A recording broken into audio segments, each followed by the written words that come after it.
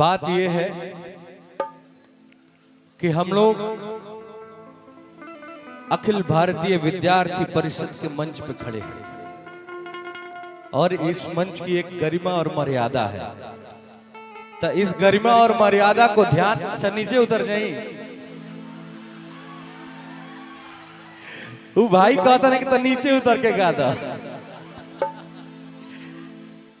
वाह, love you भैया, क्या बात है। हम सब सुना दे, हमरा बिरी आई रुआ कान में सुना दे सब।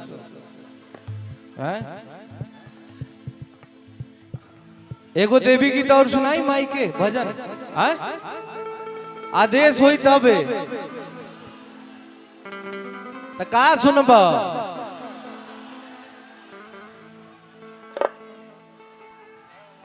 अभी देखिए, आप लोग हमारे ऊपर भरोसा रखते हैं, है ना? भरोसा है ना भाई पे? अरे मत कस के बोलो लोग यार, हमके शंका होता। हाँ, हम सुनावा तो नहीं अपना मन से कुछ गीत रुआ सबके, हमरा विश्वास बा बढ़िया लागी, ठीक ना? हम वो सुनाए भी रुआ सब कहत नहीं जा, ठीक ना? ठीक बा भैया जी सर में जा।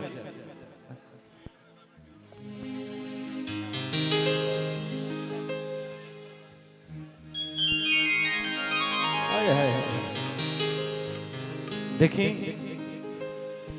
एगो हमार मोबाइलिया देव अखिल भारतीय विद्यार्थी परिषद के कितना बढ़िया हमरा स्लोगन लागल है भैया। हम बताओ तनी, जो लिखा है कि अपना बिहार प्यारा बिहार न्यारा बिहार, इस मिट्टी से खूब है प्यार, अपना बिहार प्यारा बिहार, जय जय बिहार। बहुत बहुत धन्यवाद एबीवीपी को, इतना अच्छा स्लोगन। और किसने ये बनाया है रंगोली, वाह, काबिले तारीफ है। जो भी बनाए हैं याज्ञवल्क भैया, जो भी बनाए हैं भाइयों को थोड़ा भेजिएगा, हम अपने हाथ से सम्मानित करना चाहते हैं भाइयों को।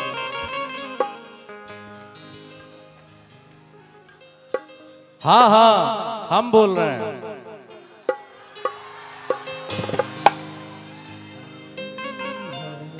माई से एगो भक्त कहत भैया कि जाने जहान मैया, माई हो कि जाने जहान मैया का, कि दानी बड़ी हैरौआ जाने जहान मैया, कि दानी बड़ी हैरौआ जाने जहान मैया, दानी बड़ी हैरौआ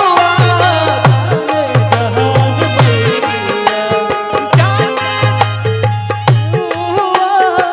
जहान मैया, जाने जहान मैया, दानी बड़ी हैरौआ रौआ जाने जहान मैया, दानी बड़ी हैरौआ रौआ दानी बड़ी हैरौआ, भक्ति के दान दे पूजी लड़ा और पौआ, भक्ति के दान दे दानी बड़ी हैरौआ जाने जहान मैया, दानी बड़ी हैरौआ जाने जहान मैया।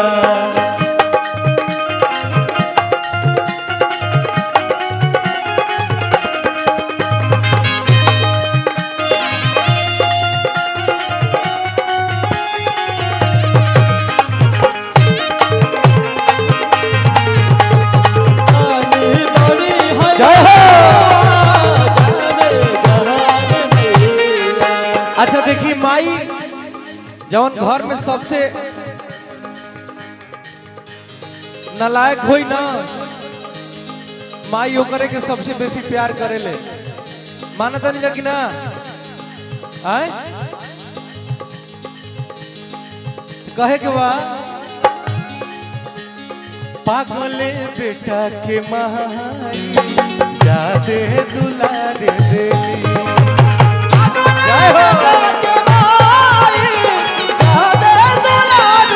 भैया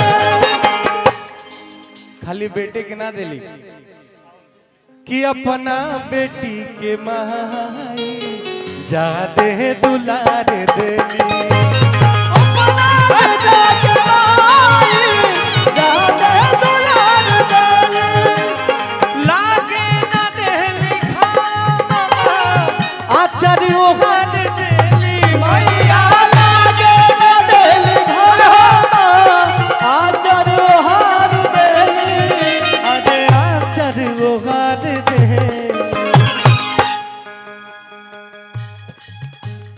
डूबे न देली नहीं डूबे न देली नहीं भले पानी होके डूबौआ जाने जहान भैया दानी करी है जहान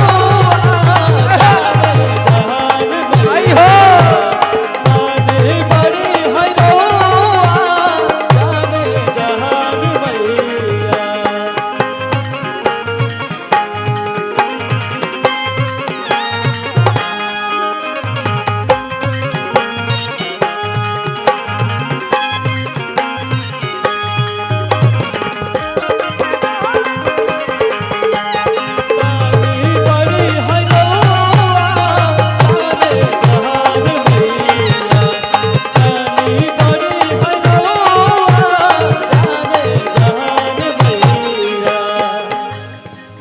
अभी हम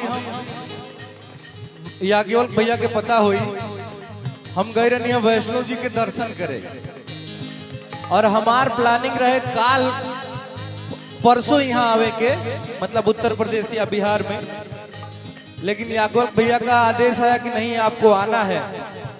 हम कहें ठीक है भैया, हम माई के दर्शन करने के बाद गुलमर्ग जाने वाले थे घूमने के लिए, लेकिन भैया के आदेशानुसार हम वहीं से बीच में अपनी यात्रा रोक के आप सभी के बीच में आ गए हैं और माई के दर्शन करे कहीं नहीं देखी जा। असल में एगो फिल्म भ्रष्टाचार भैया थोड़ा सा एगो फिल्म के शूटिंग चलत रहे भ्रष्टाचार फिल्म के, जो में एक्शन के दौरान हमारा पैर में चोट लाग गई रहे तो ओकर सर्जरी भइल यही मेदांता हॉस्पिटल लखनऊ में और लगभग 7 महीना तक हम कंटिन्यू बेड रेस्ट पर रही और ओकरा बाद आप सबके आशीर्वाद प्यार के बदौलत आप सबके बीच में खड़ा बनी, थोड़ा सा ठीक बनी तब कहीं माई के दर्शन कर ली। ओजा तक पहुंच गई, ओजा से भैरव बाबा तक हमरा के चढ़ा दिलसन, हमरा संगे जौन गई दर्शन करे अरे चढ़ जीबो भैया चढ़ जीबो नया ऑपरेशन के गोड़ रहे भैया। आप वैष्णो माई से भैरव बाबा तक पैदले चढ़ गई 3 किलोमीटर के खड़ा चढ़ाई एकदम, और उहे गोड़ अब ध ले बा ठीक ना।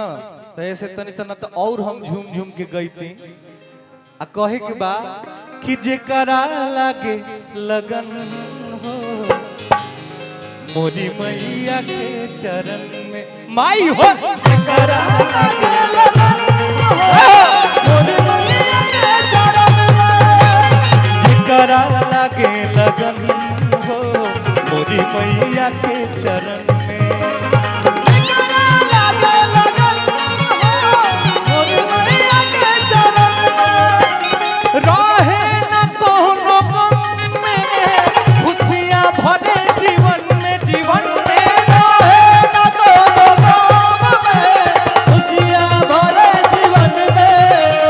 खुशियां भरे जीवन पंकज रितेश सुमिरे, पंकज रितेश सुमिरे माई हो तोहरे नौआ